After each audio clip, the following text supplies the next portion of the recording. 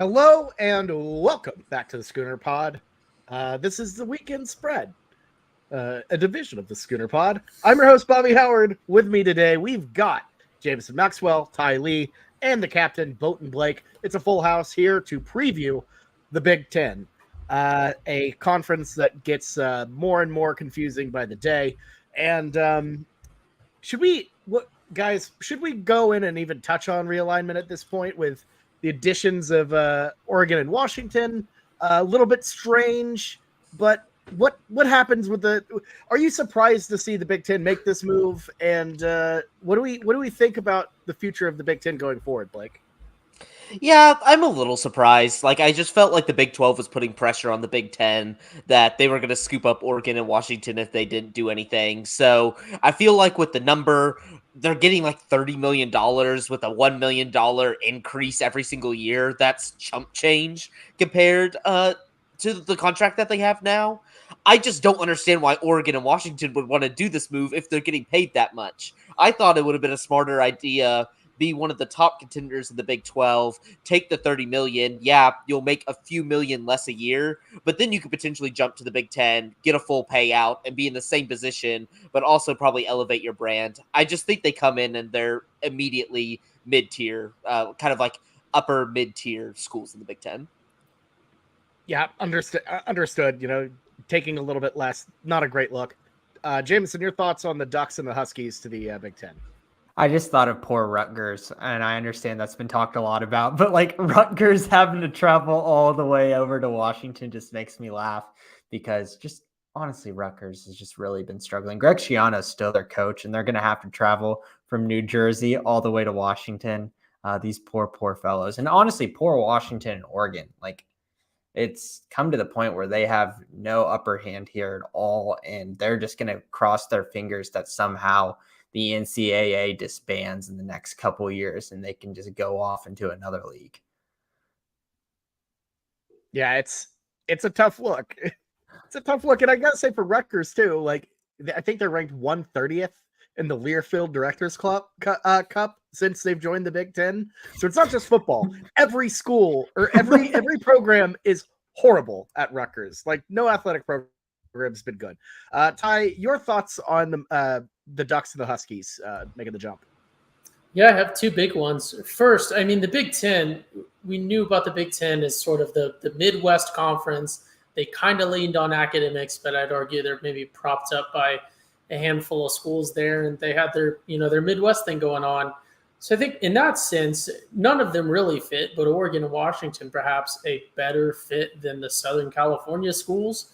But yeah, I think this move, especially with the abbreviated would be a completely incorrect word, especially with the smaller portions that are being given to these schools. I think it's really a Scooby-Doo sort of pull the mask off moment, particularly for Oregon, because they've had this idea and sort of the national brand of Oregon for so long has been that they are getting up there to the blue blood status. They always have super nice everything. They're always getting TV attention and everything else. Obviously, the Nike University. But then now having to sort of tuck your tail and run somewhere else and accept unfavorable terms is not something that USC has to do, is not something that UCLA has to do. It's not even something that, the Arizona schools or Utah have to do. UCF didn't have to do this. So it is very odd to me. Washington, not to diminish Washington, I also love Washington, but nobody ever thought that they were at this big level. I think Oregon, this is kind of a shocking thing for me to see the Oregon administration and program accept this sort of demeaning terms a bit, I think. Well, I mean, Maryland and Rutgers, I don't believe are full members yet still. Like it takes a while to get full membership in the Big Ten, which definitely hurts in the short term. But I think long-term security, that is a pretty solid move. Especially because you don't want to tie your horse to the Big 12 and then accidentally get hit with like a big grant of rights that you have to agree to, and the Big Ten's not ready. And I don't know, it leads a lot to be, a lot of complications there. But anyways, enough about realignment. Let's get into some football and talk about the Big Ten this year. And look, there's really two teams. This is kind of, I feel like this is a two horse conference. Jameson, what do you think? Do you think it's a two horse conference between the Buckeyes and the Michigan Wolverines?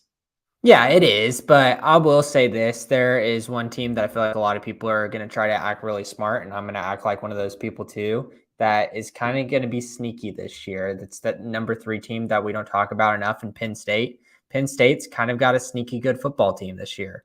And Ty is nodding his head no, which I will love to hear him about Penn State. But it's Michigan, Ohio State, and that's what all the viewers are going to look at. And I know, Bobby, you kind of want to talk more about Ohio State here and like in the future of Ryan Day and kind of how Michigan has beat up them the past couple years now. Here's the thing. Let's not overreact. Like, Michigan's a very good football program. And before these past 2 years, Ohio State was on a huge run and they had a reputation of they consistently beat Michigan. And that is not something to really like expect that it'll continue. Whenever you have a blue blood Michigan, a blue blood Ohio State, there are going to be years where either team win and go on their little runs. Let's not overreact on Ryan Day here. I think he's done an absolutely stellar job taking over the Ohio State team. And I feel like this year will be a huge, huge test for him. I feel like he's had a lot of good quarterback play, but can he turn Kyle McCord into a guy to be a competent quarterback? And I think it's going to help that he's got the best player in college football to throw to. Yeah, for sure. And I really am kind of out. I don't want to say I'm out on Ryan Day, but I'm definitely a little suspect on him, a little questioning him, because the machine that had been built at Ohio State under Urban Meyer was top notch. And we can kind of see this at OU, under Lincoln Riley. He kind of was kind of bolstered by that in the same type of way. What Ohio State has and is continuing to have is just next level. But the past 2 years, that kind of lack of toughness against Michigan, not fully able, the inability to kind of get over the line against Georgia, it's hard to fault them for that because Georgia's incredible. They were one made field goal or one stop away from honestly winning the national championship last year. Exactly. So it's a tricky situation because they are winning against everyone but Michigan and, teams in the college football playoff. So it's one of those where it's like, I need to see more and I need to see more slippage, but right now he has a hell of a machine at his disposal, to say the least. And this year's going to be interesting. No Stroud, a bit of a quarterback controversy. Nobody really knows who's going to be in charge there, but you have to have a pretty strong idea that Ohio State's going to step up and be pretty good. I feel like you're kind of pushing Ohio State down because you have really low expectations for Michigan.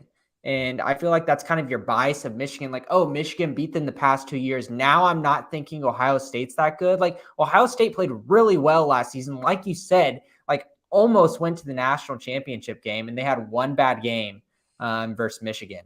And, that last week of the college football regular season. I just don't think that what we thought of Michigan about 3 or 4 years ago when we were making fun and clowning Jim Harbaugh is what we should still continue to do. This team is recruiting well, and they're bringing in really good football players, and they're playing great defense. I just don't think this whole Michigan persona that we have when we were clowning and making jokes about them should be being detrimental on Ohio State. Well, no, and I'm not saying Michigan's bad. Like, Michigan is both years very solid team. Obviously, that win at Michigan Stadium was enormous, and I'm so sorry to Ty and Blake that we've just kind of been on this one. No, this is how conversation goes. That's true. Yeah, but to me, I feel like the manner they got blown out in Michigan Stadium. Yeah, that's fine. You could call that a one-off. Michigan's a damn good team. But then a year later, after all of that chirping, to lose it on your home field like that, to your arch rival after they beat you, to kind of come out flat, kind of come out sloppy, it just raised a red flag to me that I'm like, what? Something just doesn't feel right at Ohio State. So I don't know. That it's probably an overreaction. Definitely probably is, because they win a lot of ball games, they recruit great, but they just can't. Not being able to get over that hump is just a little weird. What do you think, Ty?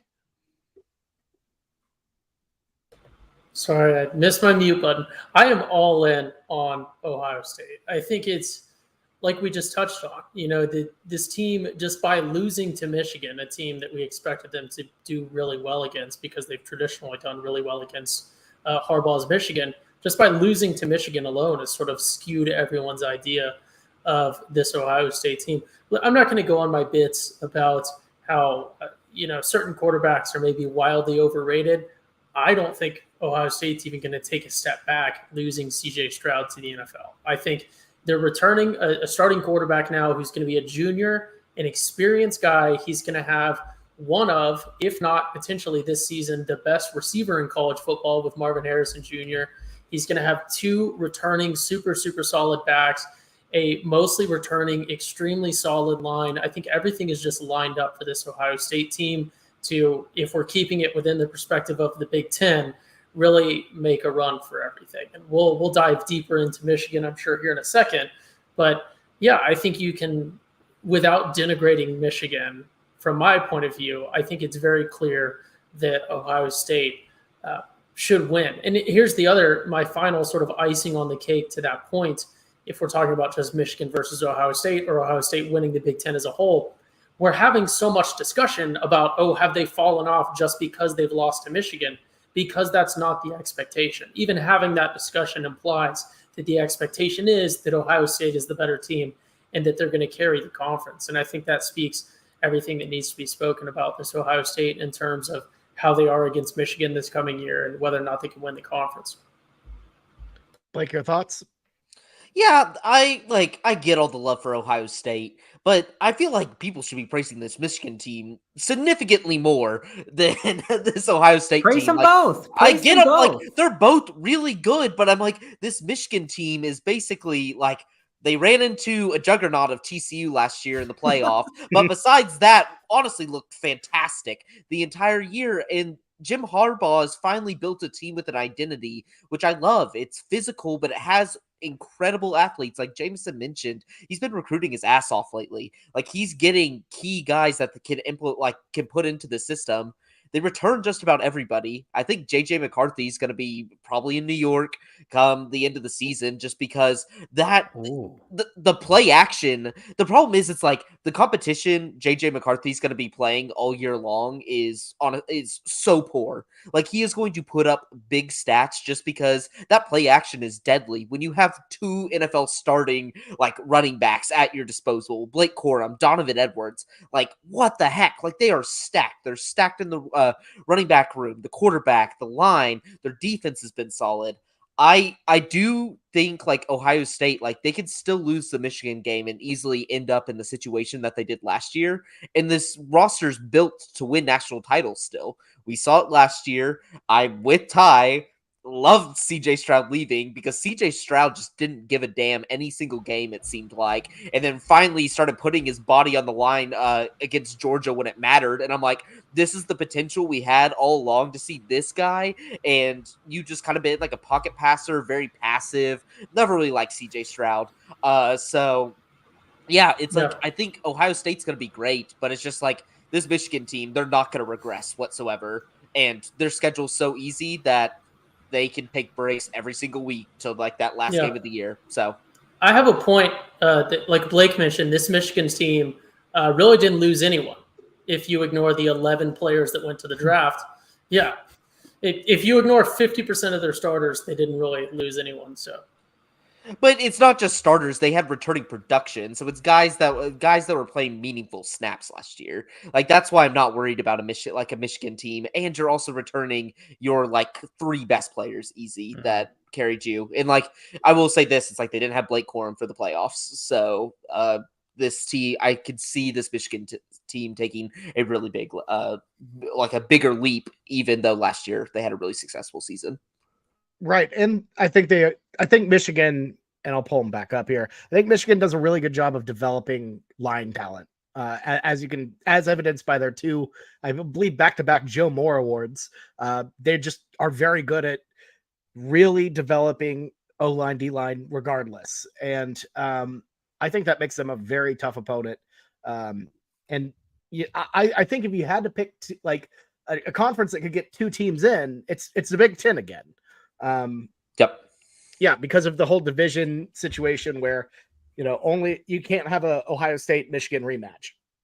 So I think the Wolverines are poised for a very good run. Like Blake said about the schedule, and we'll get to Ohio State on their over/under, or their win total. Michigan has to go to Penn State. They have their game against Michigan State, who was not good at all last year.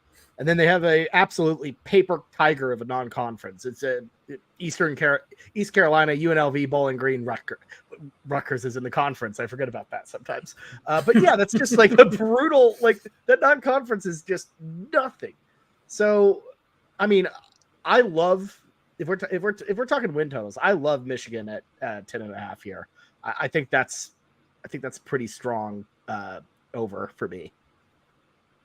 I have a quick note real quick. I made sort of a disingenuous argument.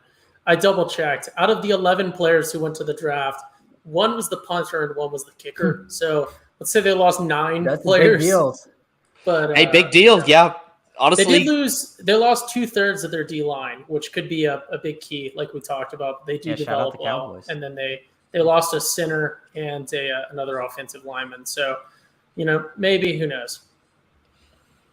Mm-hmm. Yeah. I think that 10.5 is a good number there. But let me tell you something. Like transitioning into the Penn State talk, that I kind of want to get going. I think Penn State. My bold prediction, because even though this is not too bold, but I think Penn State's going to steal one of Michigan or Ohio State. They'll be at home versus Michigan, on the road versus Ohio State. But I think Penn State's been catching a lot of hype. There's a lot of positive things coming out of camp. And there's a couple of national reporters have been saying like Penn State's feeling pretty confident this year, and it's because like they've got their guy that they brought in through the process, Drew Allar. 5-star, number 3 overall player in the country a couple years ago, coming in now. It's his time to shine at quarterback. Now that Sean Clifford, Blake's favorite player, is gone. Can you believe Sean Clifford got picked before Max Duggan in the draft?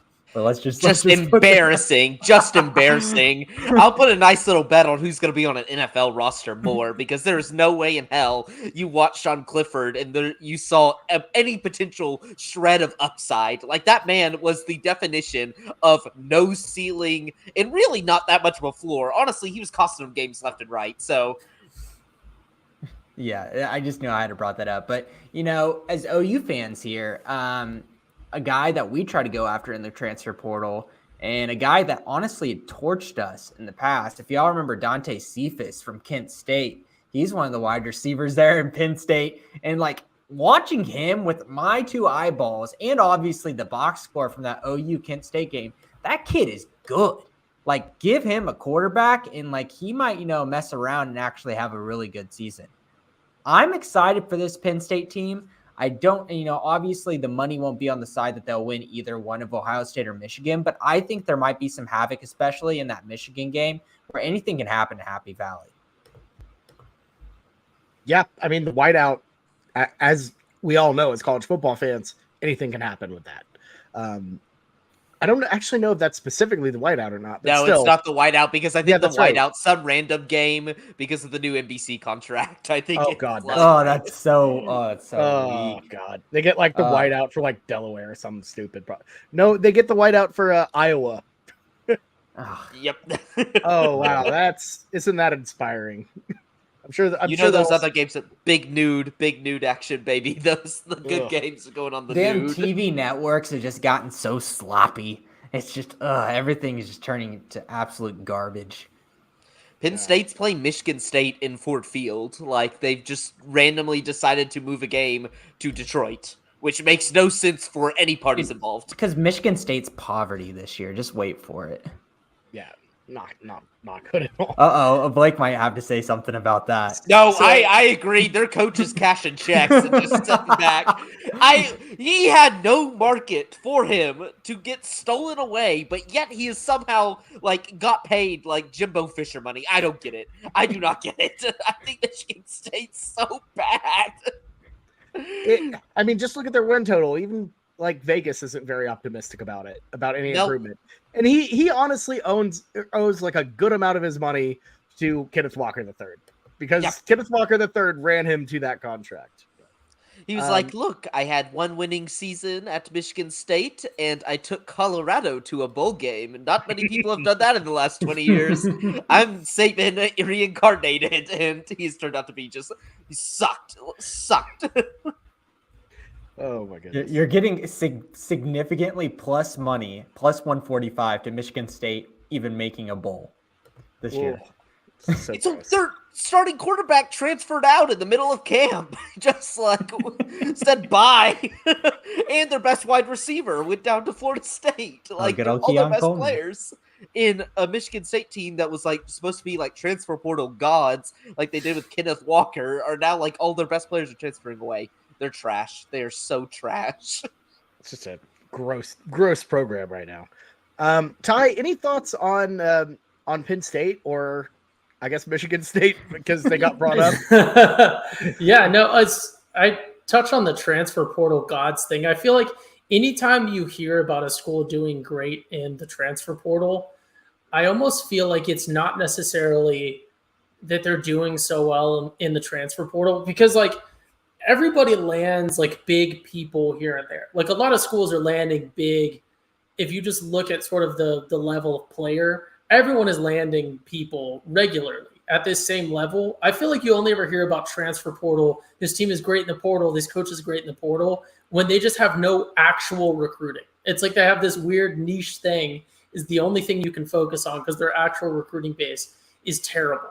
Like Ole Miss comes to mind with Lane Kiffin as well. It's Ole Miss has always recruited well. Lane Kiffin has allegedly always recruited well, but he really is not recruiting, outside of the normal baseline for Ole Miss. And then you hear, oh, he's a transfer portal. It's going to be their year. It's going to be their year. Transfer this, transfer that. There's always a reason why people transfer. Obviously, sometimes, it's just not working. Sometimes a person just wants to play. But ultimately, like if you're going out there, like Tim Tebow never would have transferred because he was going to start right away. Vince Young never would have transferred in the portal because he was always going to be Vince Young. Adrian Peterson never would have transferred in the portal. So you're always getting someone who, if they didn't necessarily fail, something didn't click. But yeah, in terms of this Michigan State team, I mean, Penn State, I don't really have a whole, you guys are high on Penn State. They're going to flop. They're easily always like, they're not on the same tier. Yeah, maybe there's upset potential. I don't think so, but they're just not on the same tier. And it's a stark difference in the Big Ten right now. But yeah, this Michigan State team, I mean, I look at their schedule because we always love a good schedule breakdown. I don't really know. Yeah, I like the under. I mean, Central Michigan, probably they win. Richmond, the Spiders or whatever, maybe they win.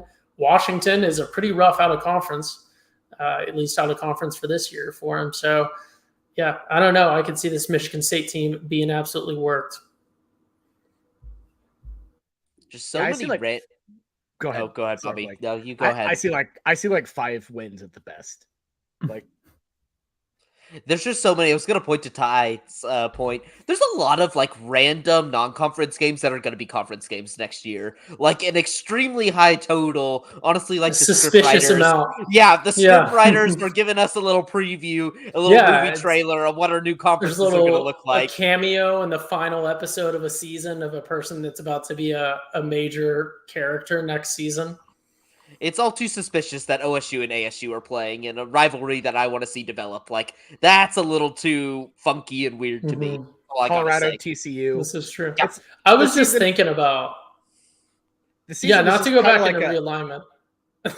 No, Bobby. It's like a post-credit scene is what I meant to say. That's how you got it. Yeah, no, that's a good example. I was just going to say it's going to be funny getting into realignment next year. I know us on the podcast here, but I'm sure a lot of people viewing are going to see like, oh, this team versus this team is on. Oh, what a weird, why are they doing an out of conference game week 6 or something? And then you have that moment where you realize, oh, wait, this is the new normal. It's just so many weird matchups. It's going to be really neat for a bit at least.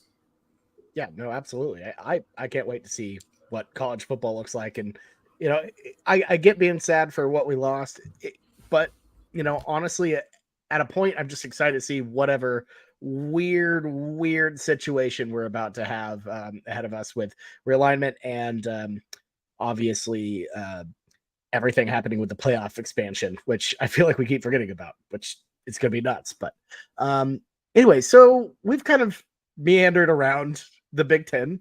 So I think it's time to we've already waded into the crumbs. So let's just kind of officially get into some of our crumbs here.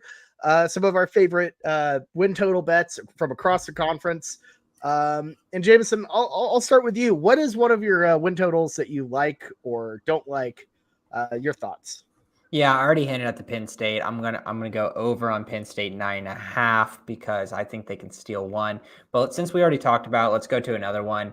And let's go out to the West. And I feel like obviously we might be a little biased here, but I think Wisconsin can go over 8.5 on their win total this year. It's a new era in Wisconsin. I think the Luke Fickell hire will change things, and they've got a new offensive coordinator as well. And I think we're a little biased, but we've watched Tanner Mordecai play football. We had a close eye on him at SMU, and I think he's really, really talented.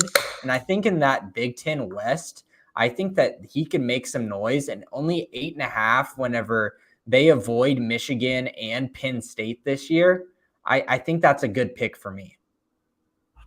Yeah, I like it a lot. I like what Fickell does. They're bringing in the dairy raid is what they're calling it. So new up tempo offense in Madison, Wisconsin. I'm all about it.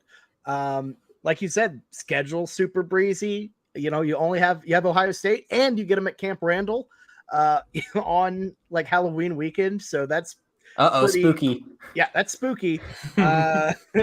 You do have to play at Washington State. Not really a concern of mine. At Purdue. Pete. Look, here's the thing. They played Purdue too early to be highly ranked, which means Purdue won't be at their full strength. So, that's a pretty optimistic situation. At Illinois could be a little tricky. Love what Bielema's doing down there, but at 8.5, that is a hell of a win total line.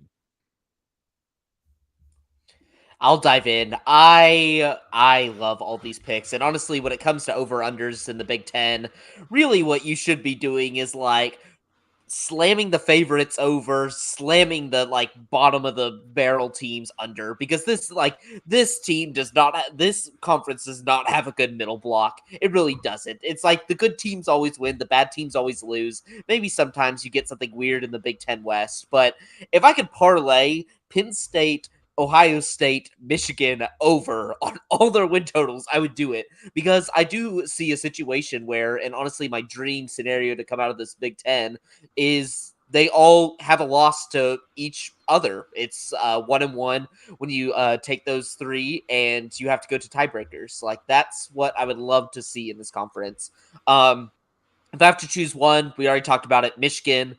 I saw there was a prompt the other day on Twitter that was like, if you took, like, excluding Ohio State and Penn State, if you made an all-star game of the rest, like, all-star game roster of the rest of their schedule to try to beat this Michigan team, would they do it? It's a resounding no. Like, they're like, the teams they are playing are that bad. They are that bad. Like, this non-conference schedule is such a farce. And what's like so annoying is just like, I know that Michigan is not going to get good conference games. But they're going to get in if they have one loss, always into the playoff. So they've kind of rigged the system. They know how to do it. I'm going to take Michigan over, but I would really just consider all three of those, slam the overs. If your book allows you to parlay them, which is very rare, I would do it just for a little fun. But that's a proper sicko parlay, and I kind of like it. Ty, any win totals you like? In terms of over unders or just general? Yeah, over unders. Yeah, so I like a little. I mean, there's two things we know that are always going to get us there when it comes to betting on the Big Ten. You fade Minnesota. Traditionally, you fade Wisconsin. Here's the thing about Wisconsin is I don't necessarily know if it's better to fade Wisconsin win total throughout the season. I like this very compelling argument for taking the Wisconsin over this season. It kind of depends on where you look at it. Some books have it at 9, so maybe changes the calculus there a little bit from 8.5. But Wisconsin traditionally always has this thing where they just absolutely tear through like the first 6 games or so, and then they gain a ton of traction and attention, and then they just start absolutely doing terribly the second half of the season. So when you're betting Wisconsin, I think the smart thing is ride the wave early, but then find the right point to get out and fade them the rest of the season. As much as it pains me to do this, when we're looking at overs and unders, I think maybe we have to fade Purdue. We love Purdue, right? We don't want to be anti-Purdue, but they're out of conference. They play Fresno State. I'm not saying they're going to lose to Fresno State, but then they got to play Virginia Tech. And it's just, I don't know. Normally when you have these really low over-under win totals, some of them are bolstered by just an abysmally weak out-of-conference schedule. I'm not saying these teams that Purdue is playing are tough, but Purdue is also not tough. And I don't know if the super weapon thing is there anymore. So, yeah, I like Wisconsin over 8.5. I like fading Purdue. I like fading Minnesota at 6.5. I'll take them to win 6. And then I think this one is tough. This one is tough. I just want to broach the subject because I feel like maybe some other people are going to have some thoughts. Matt Rule, Nebraska. Yeah, I'm surprised we haven't even gotten to Nebraska yet.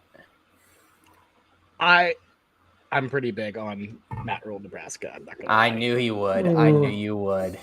Yeah, I could have predicted Bobby's picks. well, and I don't know if I'm bet them to go over 6, like big on them because it's more of a macro thing. I think. I think I'm big on Nebraska to maybe turn things around and be decent, like win 7 games, like at That would some be over point. 6. At That some, would be no, over at some 6. point, not this year. Keep in mind, like So, but hang on, Rule's Bobby. first- Let's change the calculus. We'll just ignore the over and under. We'll keep 6. Do you think they make a bowl game, or do you think that they don't? I'm gonna say no. I think Really? I Look at think this they- schedule let they me got. look at the Husker schedule. It's just I Blake crap. is screaming. Whatever you said is Blake is screaming, but he's on mute. Hold on. Let me take a look. They have Nebraska was- 4 Bobby, they have 4 automatic wins on the schedule. Yeah. 4 very They're gonna easy hit ones. 6. Yeah, no. They're gonna hit Okay. 6. It's just will they hit 7? Let's just like walk it through right Well, here. okay. No, yeah, they play Fleck right off in week 0. Don't even get me started on Minnesota. We are fading Fleck. And all of those reports did not get enough news because those PR people put it right in around the same time that the Northwestern stuff was coming out.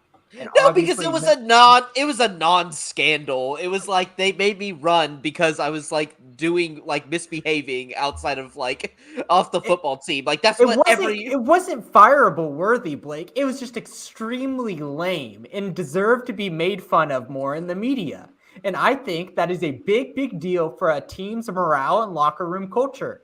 And what I'm trying to say is they deserve more. And I don't think the media is catching on to how embarrassed are you to be a part of this team that you had that news story came out. I guarantee you there's some people in the locker room like, oh, this is so lame. I'm losing it.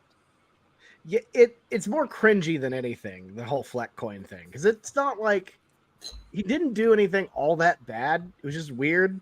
And then he followed it up by doing something even cringier by being like, "Oh, we're gonna play Poison the whole season because of blah blah blah." I'm like, "Oh, okay, you're just proving the point here, PJ." But what do you So- expect from PJ Fleck? He was like the ultimate row the boat guy, and he wears like shirt and tie under a like a blazer, not a blazer, but like a quarter zip and stuff. Like he's a weird dude. Like what I do you want to know his expect? high Like, school superlative from the yearbook. I just need to know. He won like most school spirit or something like that, man. Like that checks out. But I do want to go back to Nebraska, and after looking at it, I don't know. I don't know if they have it. What do you Oh. mean, Bobby? To get to Lose- 6? This is a team that like stumbled through some pretty dumb games. Losing to Georgia Southern. They lost to Northwestern in the only game Northwestern won the entire season. It wasn't even on American soil, which is hilarious. I don't know. It's a light schedule. I just don't think they're there yet. It's not there. I'm not saying there is being like 9-10 wins. It's 6 wins, Bobby. It's 6 wins. I know. I'm just counting through it, and I know I'll put it this way: I don't want to bet on it. I wouldn't want to bet. On it. But here's the thing, Bobby. If you're thinking that it's like they won't make a bowl game, it's plus 130 for under 6 right now. Yeah. So if you are truly thinking like this, you should be betting the under because you are leaning more towards them not making a bowl game, and you have push worthy with the 6. I mean, I Yeah. think that should be an under for you. See, okay, yeah. I mean, if you're going with a value pick, yeah, I don't think that's that bad. I think it'll take a little bit of time to get this thing rolling. So I think 6 Did they win versus Minnesota at Minnesota that week 1 on a Thursday night? No, they lose to that. They lose there. I think they beat Dion in Colorado. Yes. But also I could see them losing that. I could see them messing around and somehow losing that. Bobby, they shouldn't lose. There's a difference between they should win, but also I could see Nebraska completely botching it. I think Nebraska could win week 1 and then lose week 2. Exactly. That would be the most hilarious. That would be hilarious. Yes. Even stuff like NIU, like mess around and lose to NIU somehow. Something like that. Bobby read that George Sanders' BetMGM picture and got all the wrong takeaways for that. He's like 23 touchdowns and no picks in the first few days of practices. Like he must be a Heisman guy. Yeah, no. If you know me, I'm obviously just a big Prime guy. Everything I've said on this podcast is supported that I fully agree with Coach Prime, and I think he's good and definitely is not overhyped. I need to clip this for now when fast forward to weekend spread week 1 and Bobby's like, TCU is the national runner-up, but I think Prime keeps it close. He always does that. He always is like, I think this, but like, not on that one. Hit him with the butt on this. Yes, you are. I know you are, Bobby. Flip it. TCU's gonna beat him. They beat him. They're gonna beat him, huh? Or are they gonna cover it though? They're gonna. I think they'll cover too. Yeah. No, I think I have a feeling Ty and I. Bobby's gonna be like, it's too big of a number because no. Close around 18. Because everyone's putting the juice on Coach Prime, but they're gonna be wrong. Yeah, TCU's gonna kill him.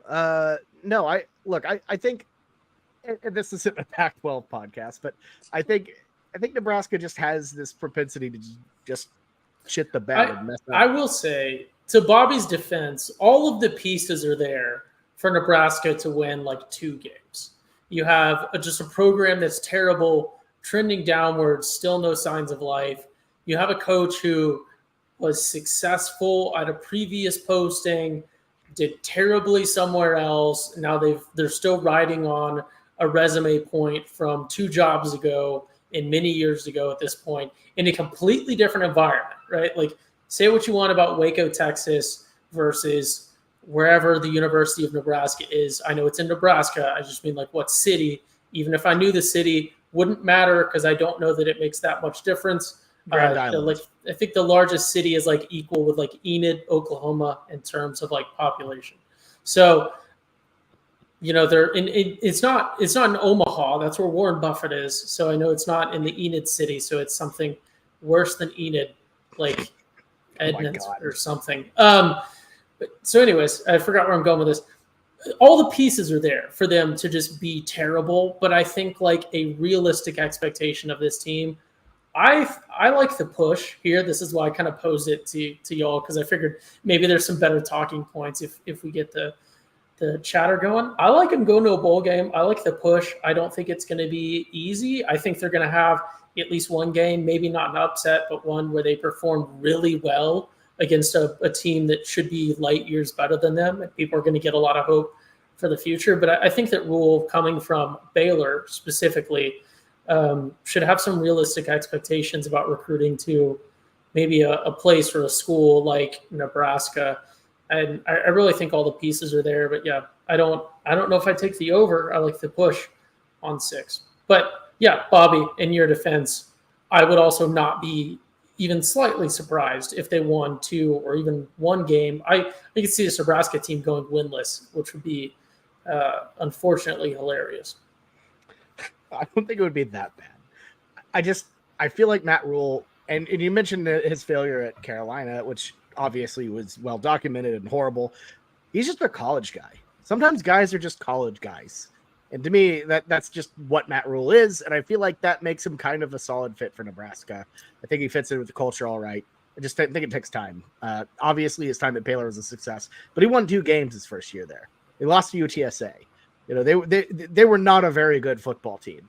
So I think it'll take some time, but I think he'll get that thing rolling. So. I don't want to piss off Nebraska fans because I think they're as a whole a lovely fan base, but they have their whole we were a blue blood thing.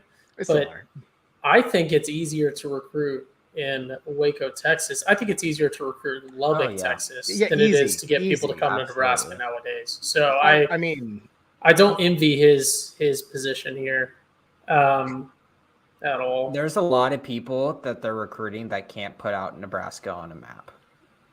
Yeah. Right. And it's true.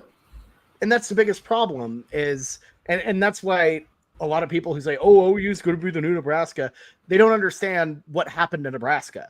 When they left the Big 12, they completely cut themselves off from Texas because they don't have any games in Texas. They're on an island now. They don't have that, you know, pipeline available at all. And not only that, but when they were really good, when they're humming at their top level, they had like this massive walk-on program like throughout Nebraska. And just frankly, you can't win with walk-ons anymore. They're using like their wrestling scholarships for football, right? It's like it just that way of constructing a program just does not exist anymore. Well, yeah, and then you talk about the whole, you know, they literally pioneered strength and conditioning, modern strength and conditioning as a program. I mean, that was a massive asymmetric advantage, and that's not something that you can really close the gap with immediately. Like even if you notice year one, like, oh, they're so much faster and stronger and recovering so much quicker than us. It still takes a couple of years, you know, even if you have guys enhanced like Nebraska did at the time, because everyone did at the time. You know, it still takes some time to close the gap. So they did have a bit of an asymmetric advantage that could not easily or quickly be countered for a little bit, that I think a lot of their resume rides on as well. And then just college football is light years different now than it was back then. Yeah, absolutely. I will say, and it's stupid and chalk, if I had to pick my favorite over, it's Ohio State. I think duh, but also it is a little spicy. They do have to go to Notre Dame. I'm not that afraid of that Easy game. dub. Yeah. I'm not worried. At Notre Dame's tricky, at Michigan's tricky, but I still like the Buckeyes to they got a team that's begging to get into the ACC. They're playing an SMU level team. They're a full they're a full voting member of the ACC despite not being a full member of the conference. So for some reason they get to vote on football matters despite not actually playing football. They're definitely. Go ahead, Blake. You got it. They are definitely trying to nuke the ACC with the reports that they want to bring in Cal and Stanford. They want to throw a nice grenade in that house and run. That is what they're doing with that move. Because nobody would want to bring in Cal. I saw on Reddit the other day, probably not the most reliable source, but like the sauces. The state of California, like I think 3/4 of the states that are in the ACC, like the state of California won't pay travel to because they're like on a banned list. Basically, it's like the one time politics actually interferes with sport. Oh yeah, like, the Carolinas and Virginia bathroom thing.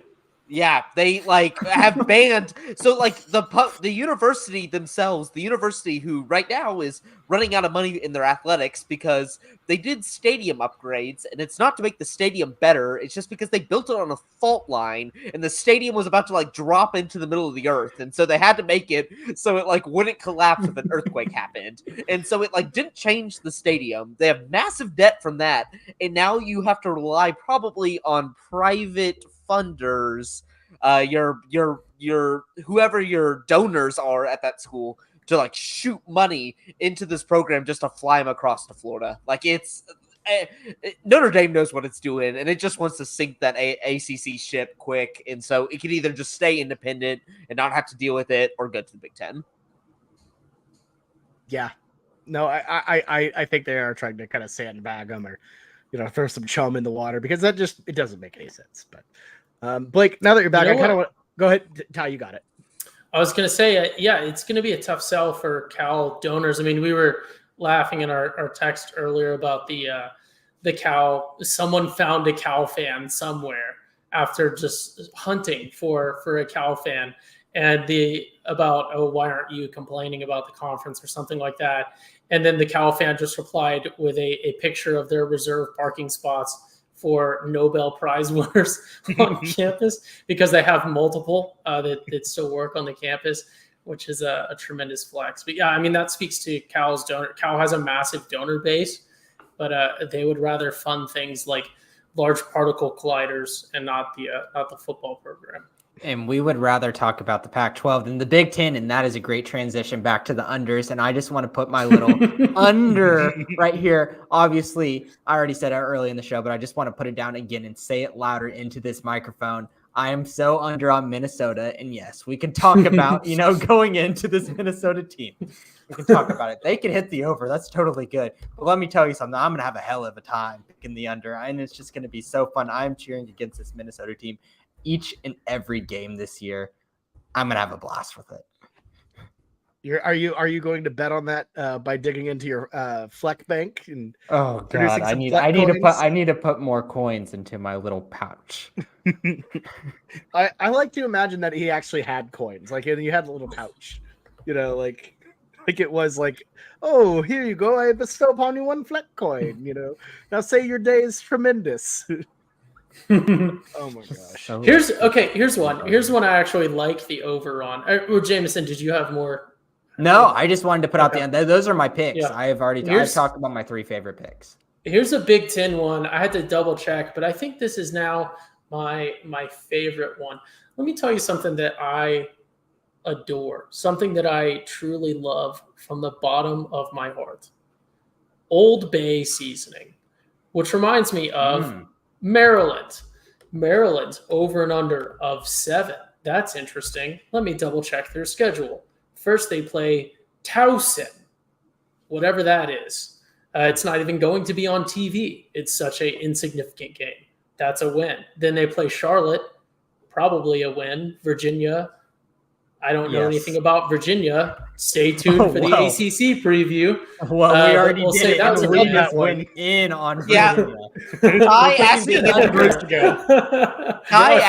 the group chat today if we're doing the ACC preview. It was an all-timer. I'm like, we 1,000% did that one already. Hey, That's like the first one we did. The Virginia over-under was 3.5, and we're slamming that under. So. Right. So we're 3 weeks into the season. Maryland has 3 wins. They go to Michigan State. Did they win that one? I don't know. It doesn't really matter. Indiana, they win that one. Ohio State, they get absolutely destroyed. Illinois, I think they win that one. Northwestern, they win that one. Penn State, I think they lose. Nebraska, I think they win that one, even if Nebraska is performing as expected. Michigan, they lose that one. And then they beat Rutgers. I count that at 8 probable wins. So I like the Maryland over. All right. Big love for I like it. Digging into that, Talia getting $1 million offers from the SEC because he is so talented. Honestly, it's probably true, though. Like, look around at the SEC quarterbacks. I'm like, look around at Auburn or I would say Ole Miss, but probably like Missouri throwing their damn money bags all over the place. Oh, don't even get me started on Eli Drinkowitz. We could go into a whole other podcast. No. OU fans got beef with him too. About that. Drinkowitz is awful, but Blake, I do want to ask, what are your thoughts on the Iowa Hawkeyes? This kind of random because nobody really cares that much about Iowa, but you bring in Cade McNamara. Can he offset the horribleness that is Kirk Ferentz? Yes. I'm all in on the Bryant Ferentz, Cade McNamara super weapon because I love the fact that they just will not fire this guy's son. Like, they have to put in his contract that he has to score, 25 or 26 points a game this year in order to keep his job. So watch, like, this Iowa offense, as much as they can run it up on teams, even the bad teams that they play, you're going to see this, like, very, very early on. I just think it's like Iowa's never had good quarterback play. It's been a while. They get average to like above average. I just think Cade McNamara is a good quarterback. Like I like what they have. They always have a good tight end.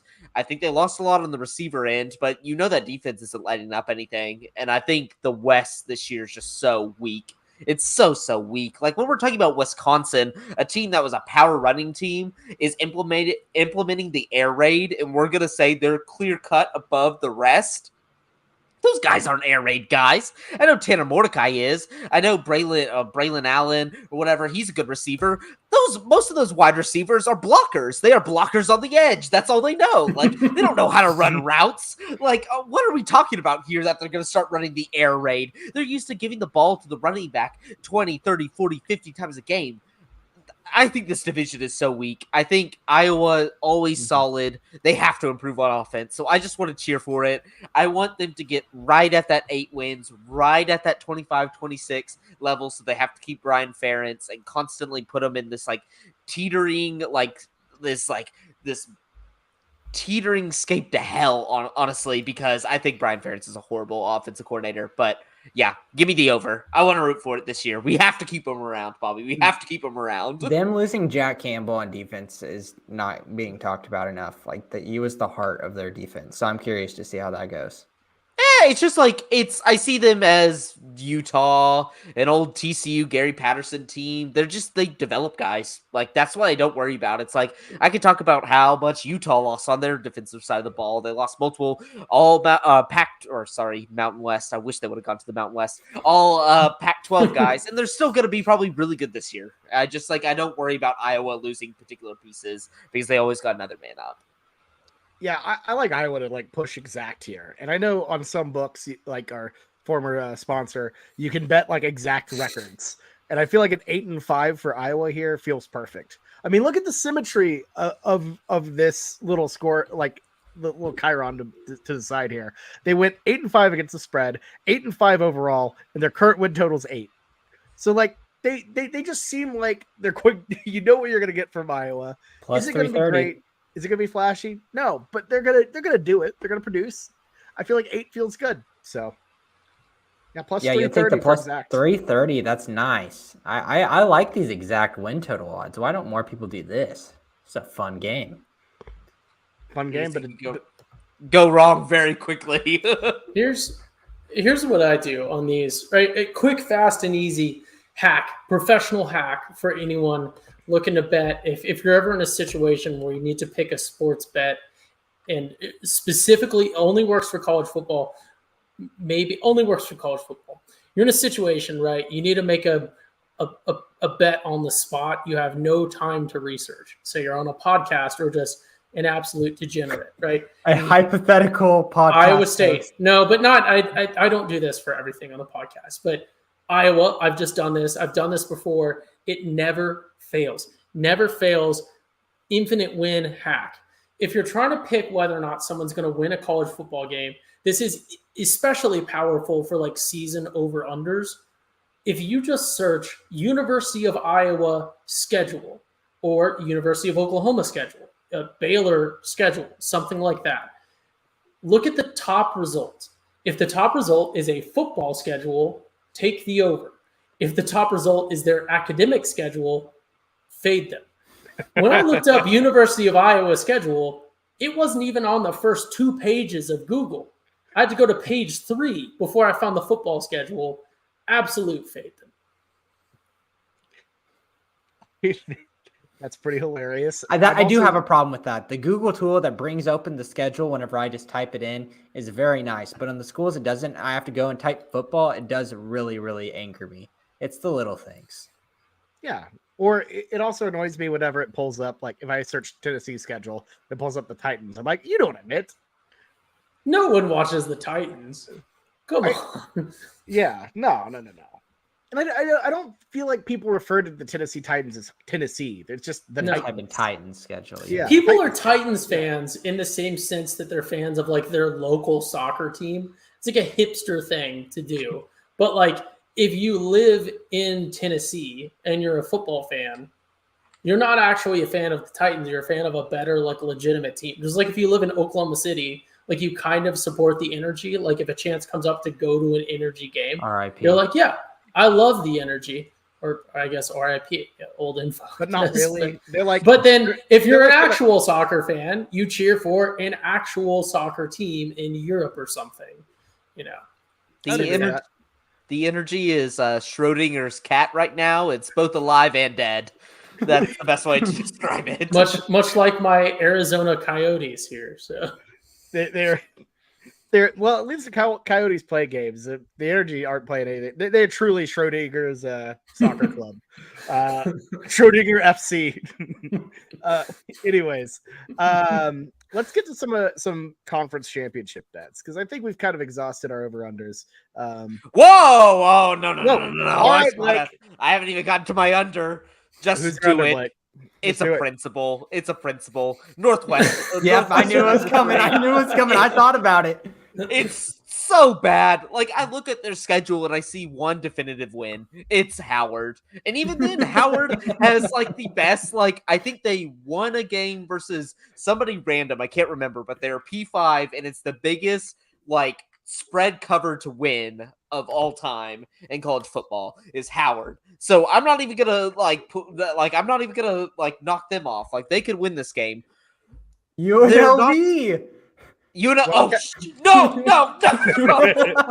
Wait, Delete. It's Cats versus the world. Censor. Because that was whenever he goes, tell them to bring me my money. No, just censor.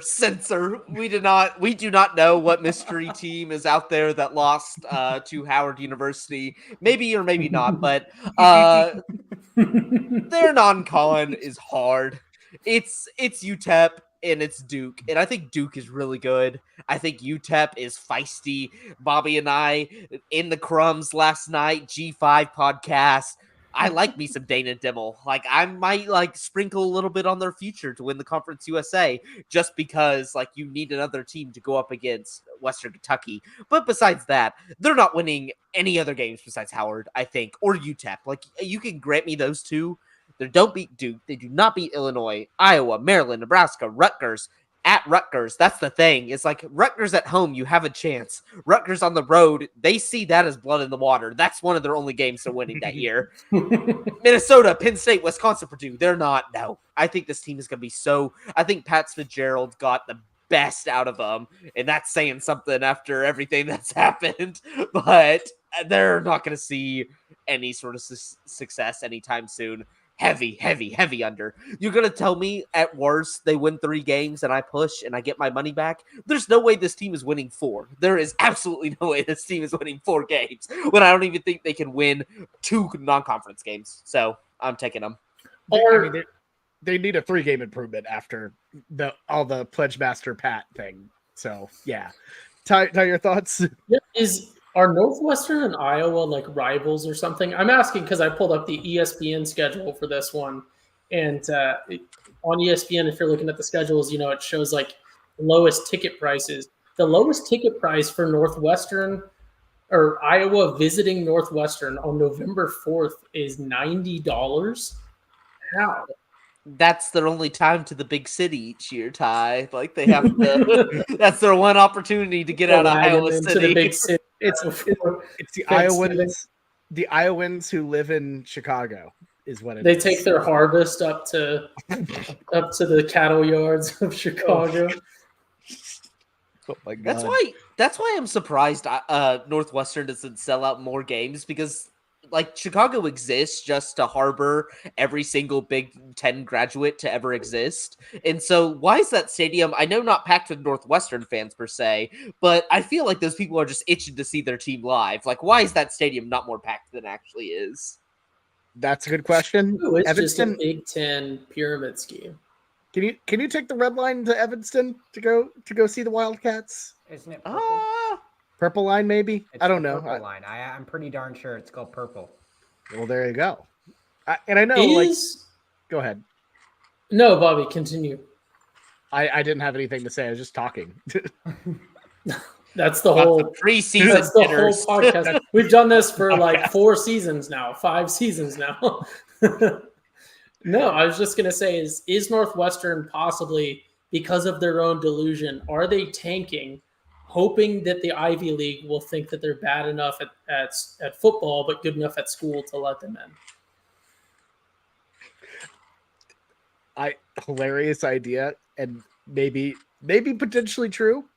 I will say also We might need to get our SME on the podcast and just broach that question to him. That's funny.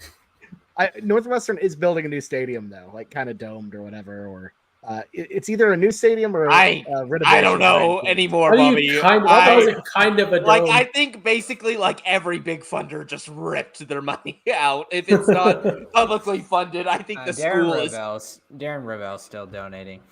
Hey, Darren Rovell has his collection. He has some of the best checks in all of America. And Rovell's like, I prepared myself for this moment. We're gonna bail out Northwestern football. this is what I've been building my collection for. It does not get talked enough about that. The only thing that man said in the wake of everything that happened was just sad. Sad. That man has a thought on every single, not even issue in America, just every single fact in America. He's tweeting out about it. And then like something bad happens to him. He just says sad. Wasn't it like a week later? Like yes, took him it was a while to get it out. Significantly later, and then he's like back to tweeting like, "Oh, the Mets have this new menu item." Like immediately back into it to just like bury the lead.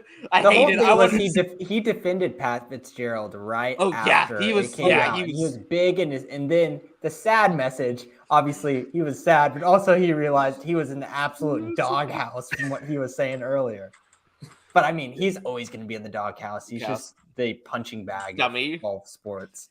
See, that's what, every time I think he's going to stop doing this stuff, like, he's going to learn eventually. He just never does. Like, I thought that a few years ago, and then we had the whole Rosa Parks and MLK memorabilia collection incident. It's like, we keep on getting these super viral. Like, he can't allow himself to get, like, run over without saying something. Like, he is willing just to go live and start saying things in order to protect himself, and it never works. Stupid. Anytime you have to go live to defend yourself, it's never a good idea. Just we've learned that one recently. We're not going to mention that on the Big Ten preview, even though we could.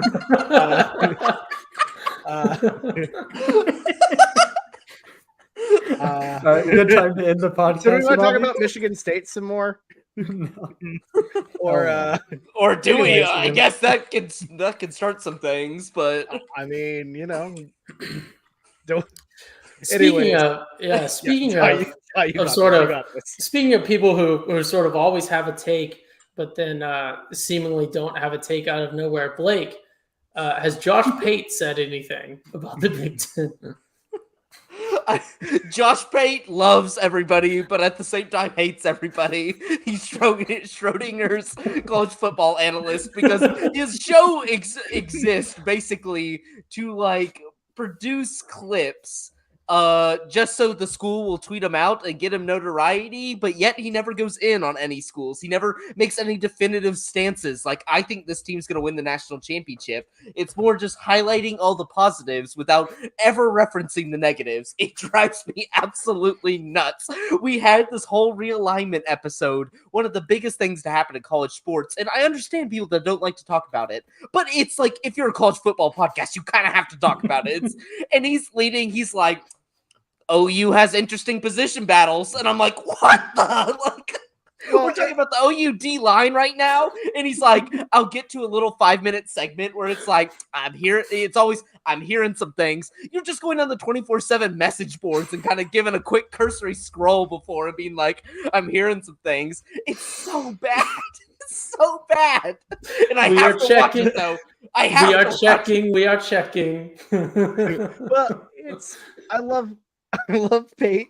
I don't love Pate. I think Pate's okay, but he does have this thing where even when he says things, he's like, that was such a Josh Pate answer to whether or not I know. Dude, Bobby is like the I love Josh Pate. I don't like him. I think he's okay. That's what Bobby's done this whole episode. I just Josh Pate and Josh Pate. I'm thinking, he goes, I think Nebraska's gonna go over. Looks at it and he's like, I think they're gonna hit the regular, but I think they could probably miss a bowl game. And I'm like, what is going on here? Bobby's been hedging. I said I liked Nebraska. Spread. And then I was like, but I'm not sure if they're going to go over or not. I think that's Josh Pate. That is this entire this stick. is a culture building year.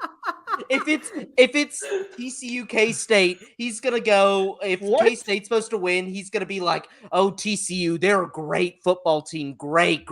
They're gonna fall short to this K-State team. That's great. That's what you do all the time on the weekend spread, Bobby. I mentioned it earlier. Always It like, just gear I up. think this TCU team is so great, but." Just too many points for a Colorado team that has some solid options at the wide receiver and quarterback position. That is you. You do the Josh Bate. Like, I'm going to compliment the other team while also complimenting my own pick to like somehow arrive at like a somewhat decision, but it's not a decision at all because you just end up loving everything. Wow. Okay. That was intense. There are times I rip into teams. I feel like I rip into Man, Miami pretty often. Like I'm pretty out on Miami. I've gone on them. I've gone on USC a couple times. I feel like this is a like, it's classic not- Josh Pate bit. Like, y'all say I'm not negative, but this is like the time I've been negative. Like, this feels like I'm in deja vu, Bobby, to every like Tuesday and Thursday and Sunday when I watch Wow. the show. I need Alright, a slate alright. like I need water just to see Bobby go 2-8 on the first week. Like I need it so bad. All right. I'm We are All right. itching for football. dude, week 0, we're gonna have some takes, man. I'm excited. I'm fired up now because now I feel called out. Yeah. Yeah, Now I feel That's called exactly out. right. that's All why I'm right. surprised I you just actually can't didn't wait. like him. I can't wait to see who flips week 0 or week 1 and takes Colorado. It's not me. I'm not. I'll do it. Well, yeah, okay. It's not That- Blake is not gonna flip. Biggest betrayal since Caesar. Blake picks Colorado against TCU. All right, do we Two want to pick our- Balake. To Balake. Do we want to pick our Big Ten champion? Let's get her done. What do you think, Jameson? Who do you like? I'll take Ohio State to Oh my redeem god. themselves. Jameson, you literally just went on a rant earlier about nobody's respecting Michigan, and then you chose Ohio Nobody's State. respecting But my Penn State. whole rant was it's people are not respecting Michigan enough because that's taking down Ohio State. How about we just keep both teams in high respect? That was the whole point of this. I don't think Ohio State's falling off because they lost to Michigan 2 years in a row. Michigan's a very good football team. Ohio State's also a very good football team. You can't have, it doesn't have to be either or. Seems like hypocrisy at its finest, but we're getting I- into the No, when dude, you're- it's just when you you're obviously picking- not buying into what I'm saying. You're not listening. When you are picking the champion, it does in fact have to be either or. Yeah, and so I Yeah. just picked Ohio State, but I still think they're two very good football teams, and Ohio State's not falling off because they're losing to Michigan, and Michigan at the same time is doing really well right now. So, do you think Ohio State goes in Ann Arbor, beats them? Do you think? Mhm. Do you think the game decides it? Yes. Okay. Hmm. Ty, who do you like? Well, yeah, I think the game decides it. That's how it works.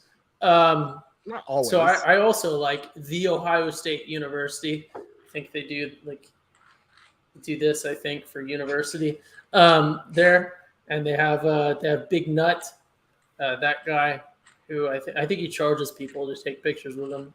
I don't know, but yeah, I like Ohio State. I gave my whole spiel at the start of the podcast about I think they are excluding 2 losses to. It's like we're looking at roulette here, and it just happened to hit green the past 2 times when Michigan beat them, and then we're like, is green the new red and black? Like, has red and black lost its? No, Ohio State's going to get it. I like them a lot. I think they have a receiver who has the potential to be in the Heisman ceremony this year, because I think it's impossible for a receiver to win the Heisman in modern time. I think it's impossible for anyone but a quarterback at this point. I know we've had some running backs of late, but yeah, I like Ohio State to win the Big Ten. I like Ohio State to be in the playoffs as a serious contender for sure this year. I don't think Ryan Day has lost a step. Give me the Buckeyes for the Big Ten. Blake? Yeah, it's a lose-lose. I hate both of these teams. I think they're dead even. I'm going Michigan. I think Michigan's the better team. just has a little bit more talent, and I'm still bitter. I'll insert this little anecdote here. Before I was Boat and Blake, really into gambling, I was really into daily fantasy sports. And on DraftKings, I would always seek out this one guy named OS Bucknuts. That would I could play him head to head. He would always throw down a whole bunch of money, and I wanted to beat OS Bucknuts. OS Bucknuts ran train on me like no other every single time. I could not beat that man. He was so good. I was trying my best. Like all those other guys, I now come to know after a John Oliver sketch and a kind of exposing what daily fantasy was like, that all these guys had advanced statistical models showing what would be best, and I'm just picking from vibes each day. I didn't have much money back then, but it drained my internship money because OS Bucknuts was running me into the ground. So I will always hate Ohio State. I don't like Michigan after last year. I hated their fans, but that just called me back to that. And so I'll take Michigan, and kind of like the battle of the hated for me. Was it their fans on Twitter or their fans like at the game? On Twitter. Their fans at the game are super nice. Like they were like really congratulatory afterwards. And I was in an all Michigan section. So I love their fans at the game. Honestly, didn't party very hard. Like before the game, it was all TCU tailgates. I think they just tried to save their money because they thought they were going to the national championship. So I think nice in person, but they definitely have that little snobby attitude about them that thinks they're better than everybody else. And you could tell that on Twitter, and you could kind of tell that in person, where they thought like, oh, we'll just go 50-50 this game. Like they could have swallowed us in ticket sales, but didn't because they were trying to save up money to the national championship. Yeah, Michigan does have a little bit of that arrogance. I remember my specific group chat with Multiplicity, the amount of Michigan fans just discounting TCU, unreal. But yeah, Michigan Twitter, they're definitely not crazy at all. Definitely nothing weird ever going on over there. Nothing weird. I feel sorry for them. I hear they've been, some of their people have been attacked.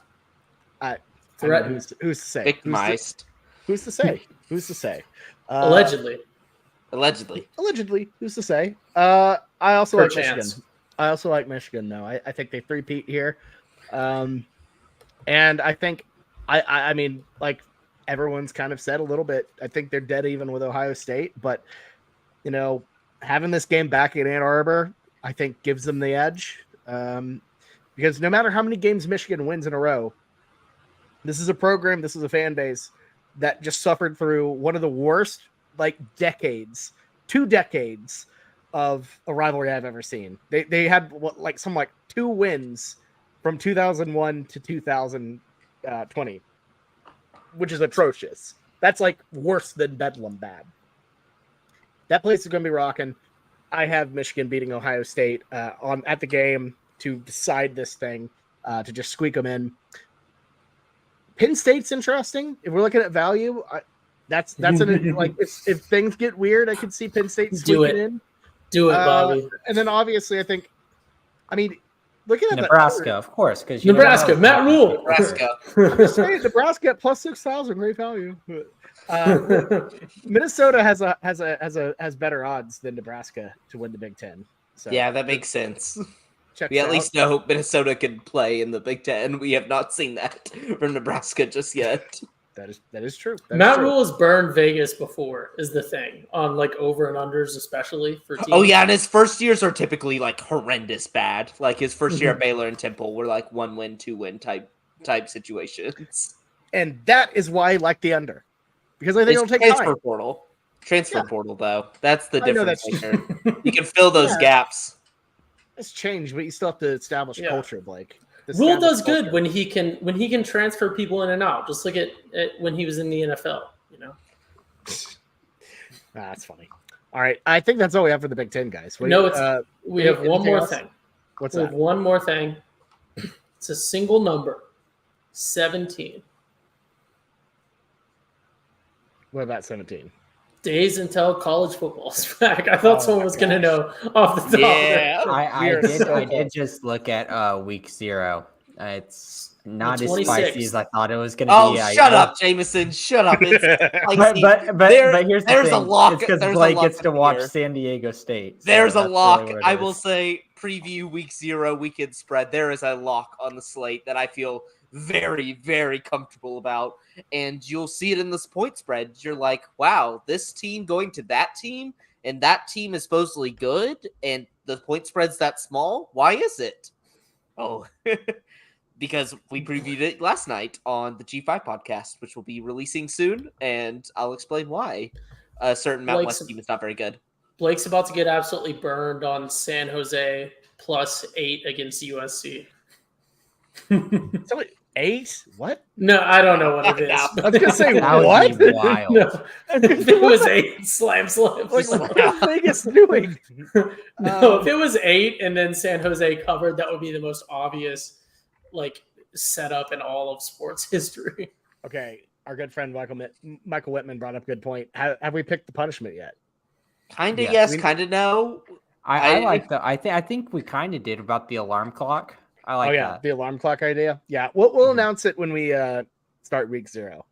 But I need to be fully bad. firmly nail it down. But I want it to be like, I want to review it to make sure it's extra bad, because I loved the 999 being like a brutal punishment in like a fantasy football league of like 10 to 12 guys, and we're doing it with 4. It just like amps up the risk so much more. And it's not even like you can blame it on your draft or like bad injury luck.